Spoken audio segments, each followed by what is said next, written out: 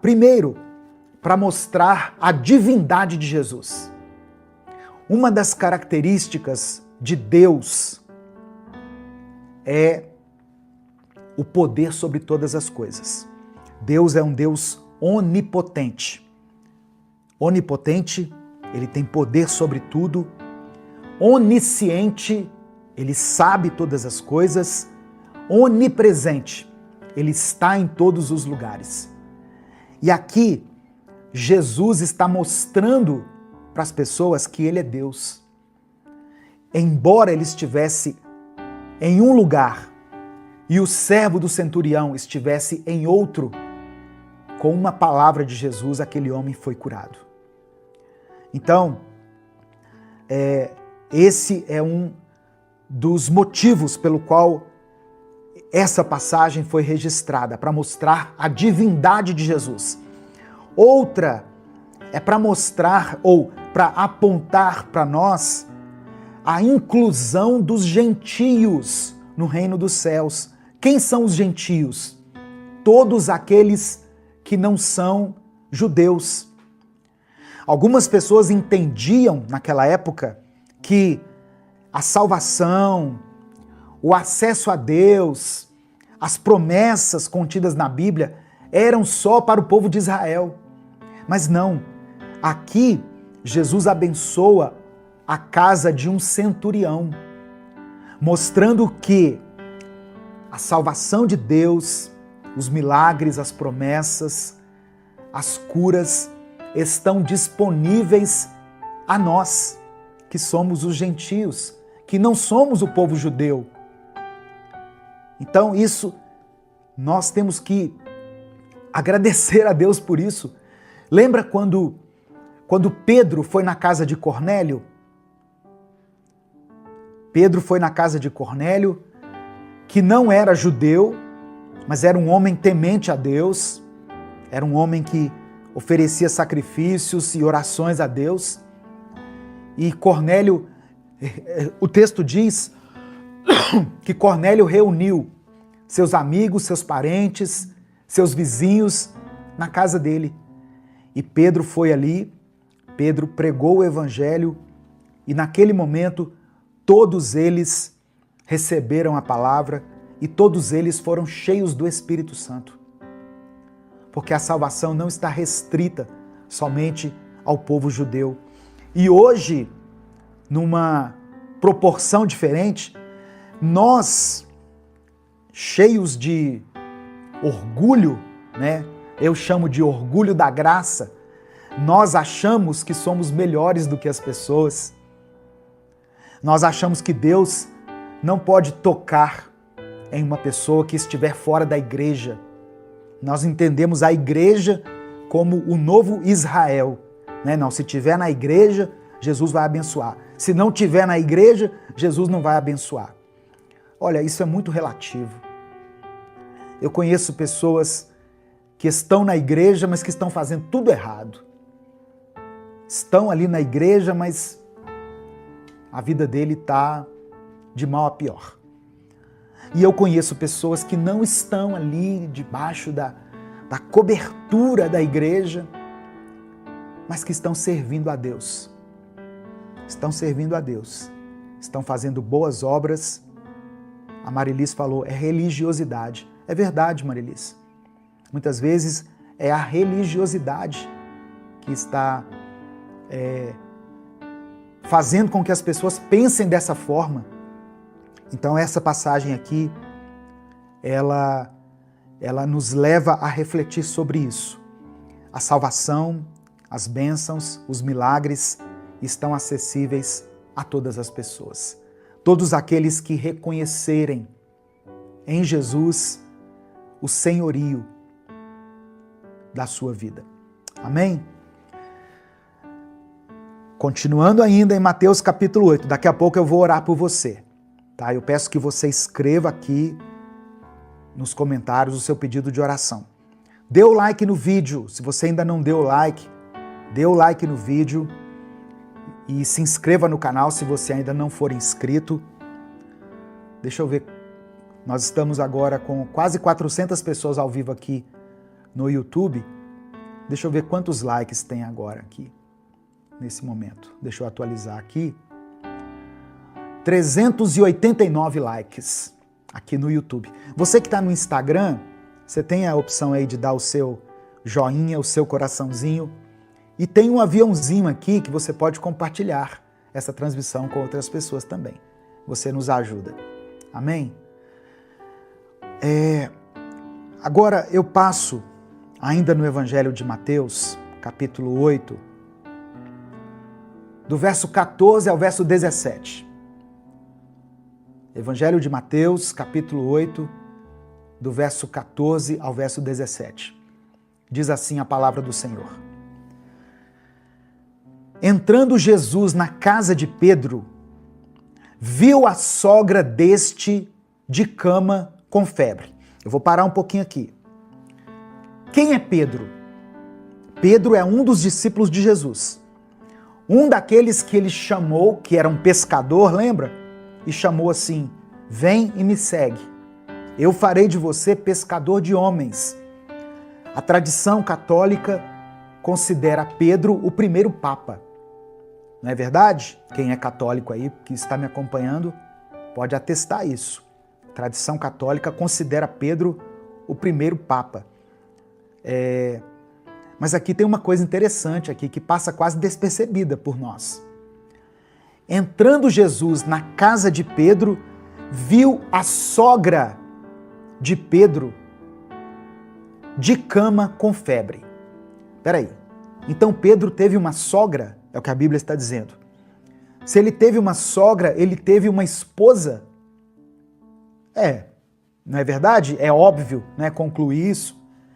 Então quer dizer que o primeiro papa foi casado?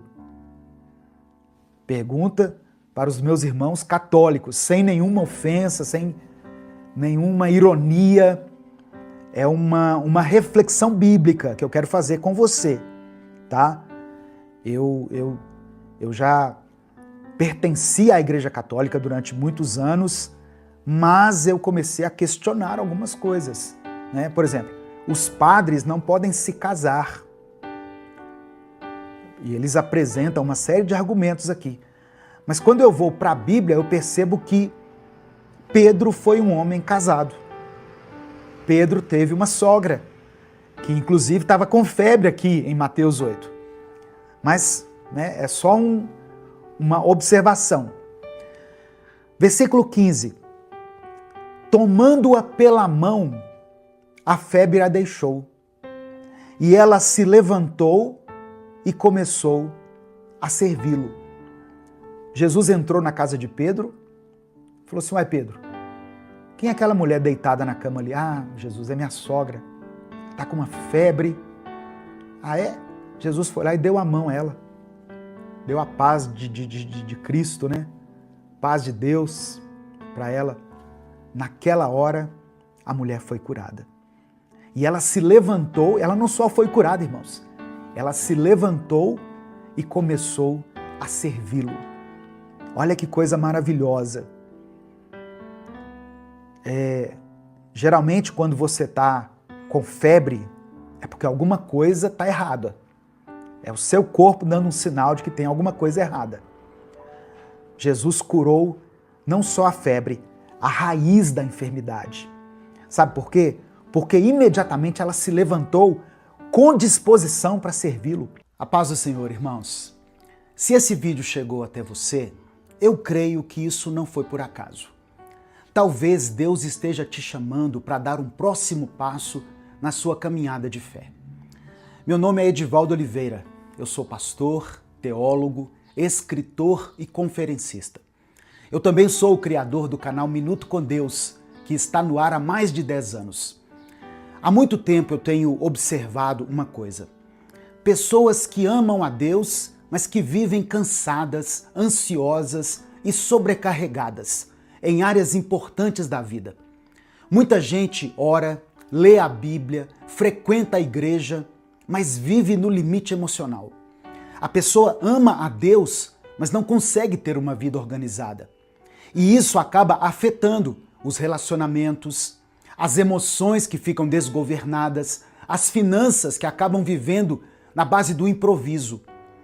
E eu quero te dizer que o problema não é falta de fé. Jesus disse em João 10, no versículo 10, que veio para nos dar vida, e vida em abundância. Vida abundante não é uma promessa vazia, é o resultado de uma vida alinhada aos princípios de Deus. Deus é um Deus de ordem, de processo e de crescimento.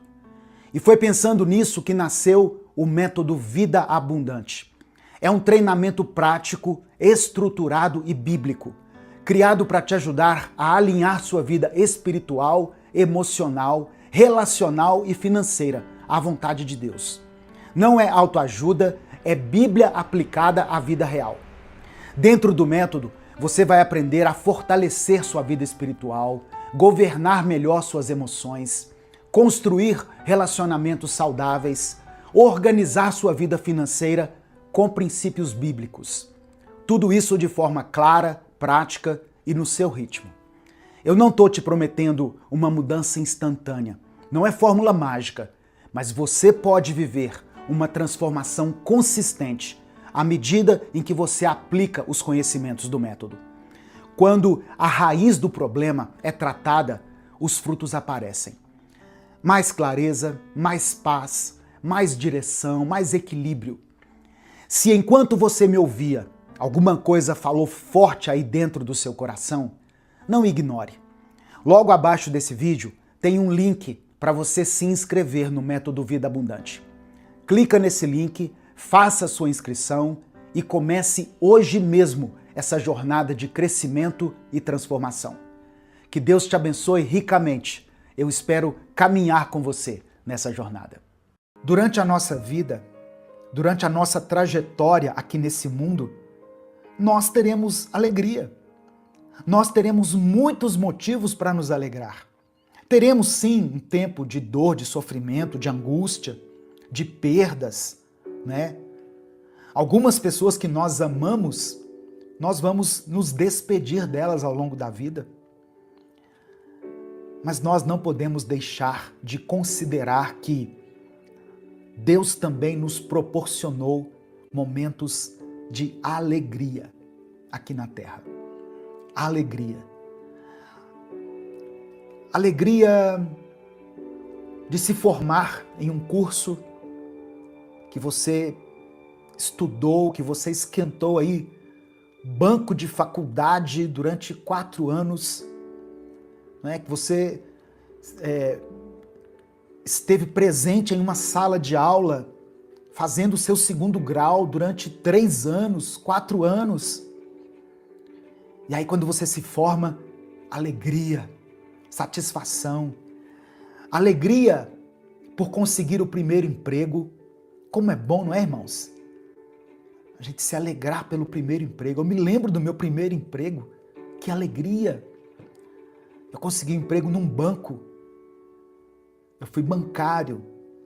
Aos 18 anos eu consegui meu primeiro emprego. Que alegria! Alegria quando a gente se casa com a pessoa que a gente ama. Eu fiquei muito alegre quando eu me casei com a minha esposa. Ela foi minha primeira namorada e eu o primeiro namorado dela. E nós éramos muito jovens, eu tinha 20 anos, ela tinha 18. Mas estávamos apaixonados e nos casamos. Que momento de alegria, que satisfação. Meu Deus, que sentimento assim de realização. E aí vem mais alegria. Alegria quando nasce o primeiro filho.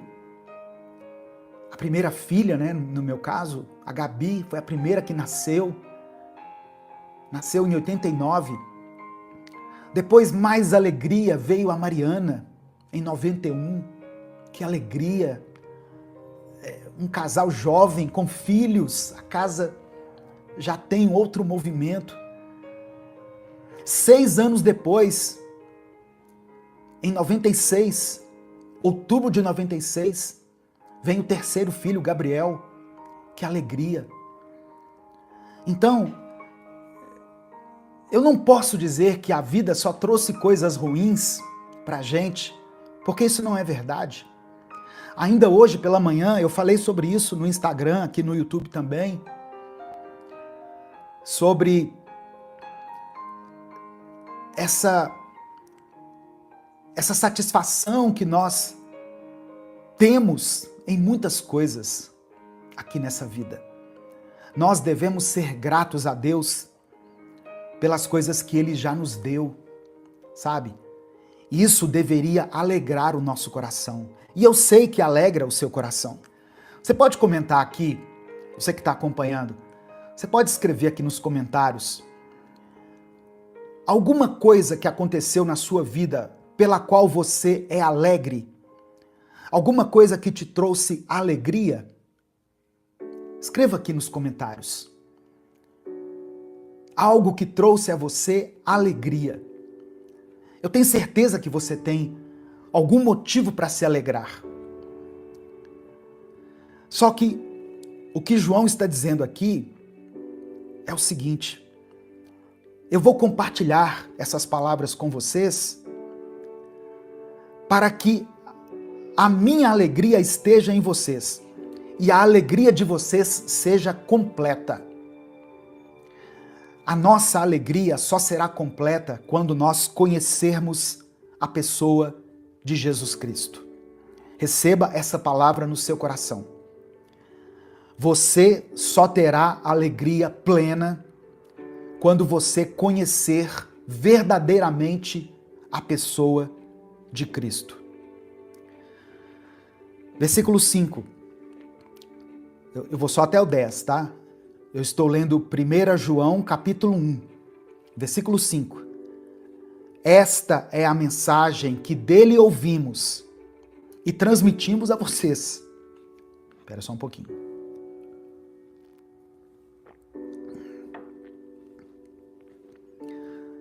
A garganta tem hora que dá uma falhada. Versículo 5. Esta é a mensagem que dele ouvimos e transmitimos a vocês. Deus é luz. Nele não há treva alguma. Aqui já tem uma outra história para contar. João estava falando de Jesus, começa falando, olha, nós vimos ele com os nossos olhos, nós tocamos nele, nós andamos com ele, nós ceamos com ele. Estávamos em vários momentos em que ele operou milagres. E agora João começa a falar o que ele ouviu de Jesus. Esta é a mensagem que dele ouvimos e que agora transmitimos a vocês. Deus é luz. Nele não há treva alguma. Quando o apóstolo João está dizendo que Deus é luz e nele não há treva, João está nos explicando que Deus não compactua com o pecado. Que Deus é santo, Deus é luz e ele não compactua com as trevas. Algumas outras passagens, associadas a essa aqui, eu quero deixar para você.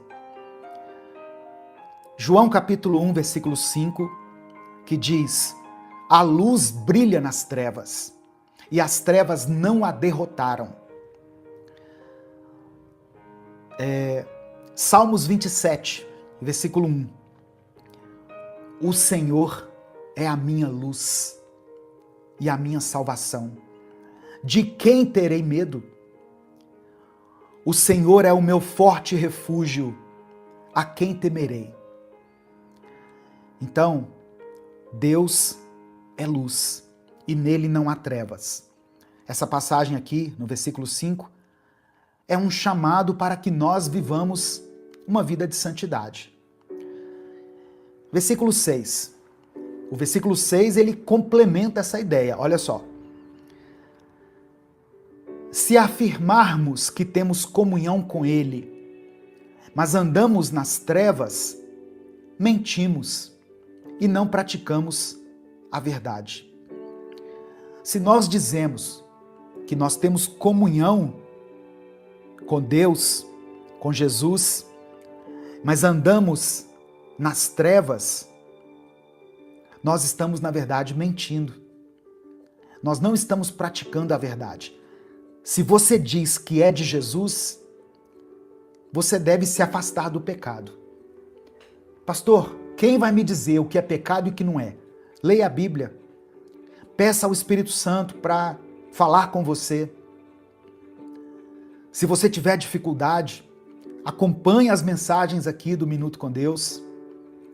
Todos os dias nós temos uma breve palavra aqui de interpretação das Escrituras, mas você pode também procurar ajuda próxima a você, com pessoas que sejam maduras na fé, pessoas que vão te mostrar passagens bíblicas, que vão ensinar você. Eu sei que existem milhares de igrejas espalhadas por esse Brasil afora, onde você pode aprender, você pode ser discipulado, você pode se batizar. Porque nós temos que ter essa preocupação de andar na luz e não nas trevas. Deus não compactua com trevas, irmãos. Eu quero citar ainda João capítulo 3, do verso 19 ao 21, que diz assim, olha, este é o julgamento. A luz veio ao mundo, mas os homens amaram mais as trevas do que a luz, porque as suas obras eram más.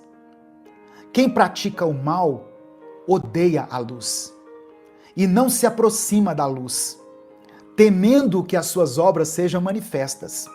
Quem está em pecado, muitas vezes não quer se aproximar de Jesus, porque tem medo que as suas obras sejam manifestas. Mas quem pratica a verdade vem para a luz, para que se veja claramente que as suas obras são realizadas por intermédio de Deus. Então, a luz veio ao mundo, só que é interessante que os homens amaram mais as trevas do que a luz, porque as obras humanas são más. Se o Espírito Santo falou com você através dessa palavra, dê o like no vídeo, se inscreva no canal e ative as notificações. Quer assistir a mensagem completa? Clique aqui no link que está na descrição do vídeo. Que Deus abençoe a sua vida em nome de Jesus. Jesus nos orienta a acumular tesouros no céu. Mas o que significa isso? Acumular tesouros no céu é investir em valores que são eternos. Amor, justiça, generosidade, misericórdia, fé, compaixão, são valores eternos. Semana passada eu conversava com uma pessoa e eu me lembrei da fala de um pastor que eu sigo, que disse certa vez o seguinte, que o maior legado que nós deixamos para os nossos filhos não é a casa, não é o carro, não é o dinheiro lá na conta bancária. O maior legado que nós podemos deixar para os nossos filhos é o nosso nome, é um bom nome e a nossa fé. Duas coisas. É claro que eu poderia citar outras aqui, mas repare que não são coisas materiais. Acumular tesouros no céu é investir em valores eternos. Valores como o amor, a justiça, a generosidade, a compaixão, a misericórdia, a fé. É construir uma vida que reflete os princípios de Deus. Dessa maneira eu estarei acumulando tesouros nos céus. Eu respondo a uma pergunta que já me fizeram mais de uma vez aqui no direct, nos comentários dos vídeos.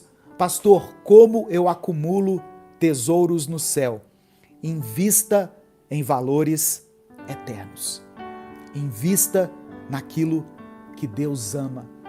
Invista naquilo que é precioso aos olhos de Deus. Amém? Receba essa palavra em nome de Jesus. Quando nós colocamos a nossa confiança em Deus e vivemos de acordo com os mandamentos de Deus, nós estamos investindo em um tesouro que nunca vai ser perdido. Amém?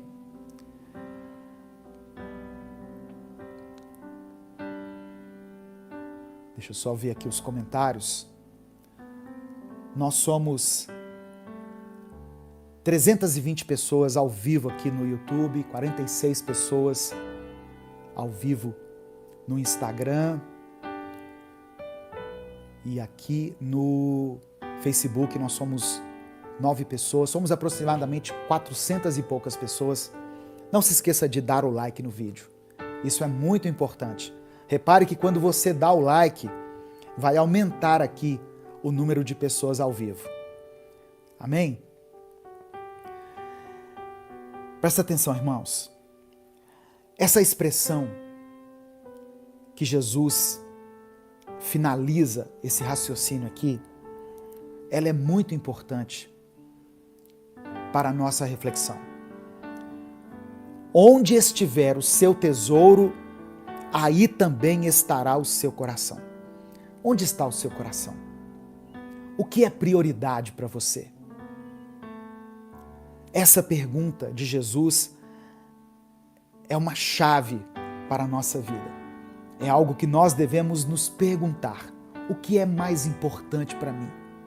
O que é prioridade na minha vida? O nosso tesouro revela o que é mais importante para nós. Se os nossos corações estão fixados em bens materiais, em reconhecimento, em coisas passageiras, em poder, sucesso, fama, a nossa vida será moldada por essas prioridades. Mas se o nosso coração estiver em Deus, buscando o reino dele e a sua justiça, nós vamos viver de maneira diferente, colocando a nossa energia em coisas que têm um valor eterno. Então Jesus nos desafia a reavaliar as nossas prioridades. O que nós consideramos mais importante em nossa vida? O que nós estamos buscando de verdade? As nossas ações, as nossas decisões, as nossas escolhas diárias revelam aquilo que nós de fato valorizamos. Então, essa passagem, ela nos convida a essa reflexão. Nós vivemos em um mundo que constantemente nos incentiva a buscar sucesso. Mas o que é o sucesso? O que é o sucesso? Eu não estou dizendo que você não deva ser uma pessoa de sucesso, mas o que é o sucesso para você?